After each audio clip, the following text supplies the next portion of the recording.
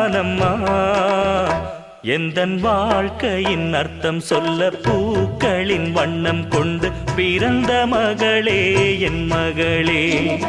நான் வாழ்ந்தது கொஞ்சம் அந்த வாசத்தில் வந்துதித்து உயிரில் கலந்தா என் உயிரே. உன் பூவிழி குறுநகை அதில் 1000 கவிதையே.